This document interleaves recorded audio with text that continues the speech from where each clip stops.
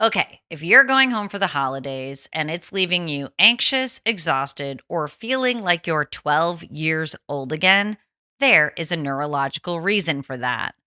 Being around your family of origin activates the oldest wiring in your nervous system, patterns built up long before you had adult self regulation. So, my friend, this is a massive opportunity for growth for you.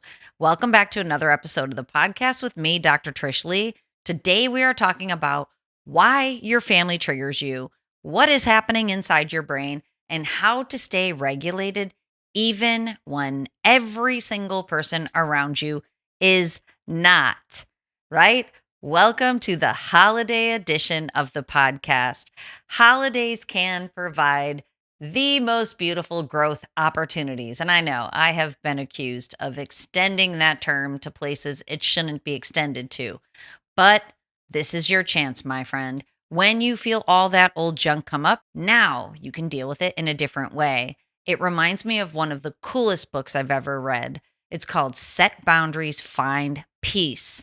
And I've been thinking about a line where the author writes, "You can't set healthy boundaries if you don't first acknowledge what's making you uncomfortable." The holidays bring out that discomfort front and center. Your family of origin is the first environment where your earliest emotional patterns were formed. And many of those patterns weren't exactly healthy. And in those patterns, when you walk into your home, your mom's house, or your brother's house, or even if they come to your house, those patterns can come to the surface instantly. So, what we're talking about here is before your brain gets hijacked by your interactions with your family of origin, as we call it in the business, you are going to take control of your brain. So, first, let's discuss what is the hijack that happens. When you see your family, it can really trigger your nervous system.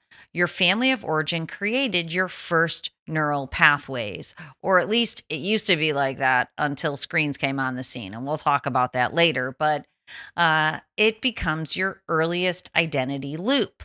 So when you walk into that house, your brain doesn't just see the present of this Christmas or this holiday season, it sees the past. Old roles can come back online super quick. The fixer, the achiever, the invisible one, the peacemaker, the scapegoat. But like I already said, now you have the opportunity to do something new. Your system may react before you even know what's happening. We've got to catch this, right? So, this isn't just about emotional immaturity, even though it can play a role. It's about neurological conditioning. And it kind of reminds me of my daughter Saoirse rides horses, and she sent me this really cool video of her friend's horse, and it was going through desensitization training, and the horse was um, on a lunge line, kind of running around, and someone was firing a gun. And the firing of the gun was to desensitize the horse from trigger so it doesn't spook if it hears a loud noise during a show. We're talking about that this holiday season. Desensitization training to a certain extent so that you can show up differently. And yes, your family's going to benefit from this, but guess who's going to benefit from it the most? You are. So I want you to know if you feel stress or anxiety or you don't want to go to that family party, there is some old neurological conditioning in there and it's time to update it. So let's talk about the miswire in your brain that happens. What's actually happening in your core brain function during these holiday gatherings is number one, there's limbic system reactivity. When you're regulated, that involves responding, not reacting. So, when I said that you might actually feel this taking you over before you are actively making choices, that's a reaction. It is the conditioning. But when you pause, you can take control of it, especially if you're more self aware. Emotional intelligence or maturity, it involves being more self aware, then self regulating. After that is social relationship awareness, then social relationship management. This is what you get to do differently this year. So, if you feel that reactivity, take a breath. We are not reacting anymore. We are responding intentionally. That alone will change a lot of things for you. And I have a story coming up in just a minute. Let's talk about a couple other ways this miswiring happens. Emotional memories activate old patterns instantly, especially when the interactions feel so similar. Every time I go home and interact with my siblings, even though I love them if they're listening, is that, there are a lot of old patterns still playing out in the very same way. I've upgraded my programming so much that when my programming goes back into that pattern of old programming, there can be an incongruency there. So, these emotional memories can activate those old patterns and threaten to give my software update a glitch. The threat circuits can turn on. I don't know about you, but I've had some traumatic experiences with my family of origin. So, when I walk in the room, my threat circuits light up because there has not always been safety and security in that circle. So, you can take a breath, take a pause, take a beat, and especially have a plan so that you can turn those circuits down and fire up your prefrontal cortex so you can make intentional decision to do differently, and we will talk about that. So it can even fire up looking at neutral comments that feel loaded. Sometimes they are loaded. There's a lot of passive aggressiveness in my family. But when those comments come, they're not about you, they're about the other person. And when you know that, they can just bounce off you. You also may experience identity regression. That happened to me for a long time. I just visited my family. I'm not going home for the holidays, but I was just there visiting them about a month ago. And I made it my business. I didn't let anybody come with me because we went back in the summer. I made it my business to just spend time with my parents. I sat there for like 8 hours on Friday, 8 hours on Saturday. I went out with my sisters each night. I saw my brothers. But, you can regress to, I know I told you this before. My whole family calls me Trisha. Which honestly is a trigger in and of itself. I don't even know why, but they call me Trisha. And I said to my sister maybe 2 years ago, I'm like, when did I become Trish? Why does everybody call me Trisha? When did I become Trish? And she basically answered like, the moment I started to outgrow them, I guess, or the moment I started to get into personal transformation, I must have done that very symbolically to myself. Like, that's the old version of yourself who I always felt like the black sheep, still do, but now I think black is white, if you know what I mean. So that identity regression, sometimes, man, everybody's calling me Trisha and they're treating me the way that I allowed them to treat me back when I was Trisha because obviously I'm there for 2 days. I'm not going to try to shift their entire beings. So there can be some identity regression if you don't have healthy boundaries set around it. Your adult self can be overridden by your child self if your adult self identity isn't strong enough. And I've worked on that for a long time. My adult self is now rock solid. And I basically proved it to my adult self the last time I was there because I had a really nice time. I wasn't triggered. There was a lot going on that could have allowed that to happen like it did in the past. Actually, my sister was losing it a bit because of my mom in particular, my parents. She was losing it and was being triggered. And I'm like, oh, it is so refreshing to not experience all that triggering. And I'll tell you about that in a minute. Boundary collapse, especially when you're in an old environment and maybe as a child you weren't able to set these boundaries with your parents in particular or with your siblings. Then those boundaries collapse and it's your job to keep them up. Okay, stored wiring overrides your conscious intention. So you might go in with the intention to act differently, but that old wiring, those old neural pathways might fire up due to, we know it's nature, nurture, and navigation, meaning that brains don't fall far from the tree and they actually attune when they're in the same home. So when you get out of that environment, your nature, your neurophysiology can literally change just because you're not in that same family pool anymore. And the environment, that's nature, nurtures the environment. You get yourself into a different environment with different people and different interactions happen. The navigation is now you start to do things differently. But now you go back into that old environment with those people with the same old neural patterning that you had. And that conscious intention can be overridden by that old wiring. So, having a plan and then having steps to make sure this plan happens can be very important. Plus, there's the good old fashioned energetic drain. I'm very careful when I go to visit my parents. I always work out. So, I'm chit chatting with them. Then I go for a run. I chit chat with them. Man, was it cold when I just went. But being around dysregulated people can really drain your ability to regulate because you have to regulate so much more. But this is what I want you to know: your family of origin can be one of the most powerful triggers of miswired neural circuits. So if you're feeling that, it's because it's actually happening. But you can overcome it. So when I work with people in my brain mapping program, I can see that miswiring. I can see if they have strained brain, a brain that's running too fast and too slow, drain brain, a brain that's easily overwhelmed. I can see if those shutdown patterns are there. And I can see if they have even fired up even more because they're around their family. That happens. That nature, nurture, and navigation piece can make it so that you become overwhelmed at holiday time when you are around your family of origin. My goal for you is that you get into the green zone and you learn how to stay there. You learn how to be your adult regulated self, and it doesn't get pushed offline no matter how many buttons a person around you is pushing. The brain map shows that. So if you are struggling, I want you to know you can see it with your own eyes. It's true.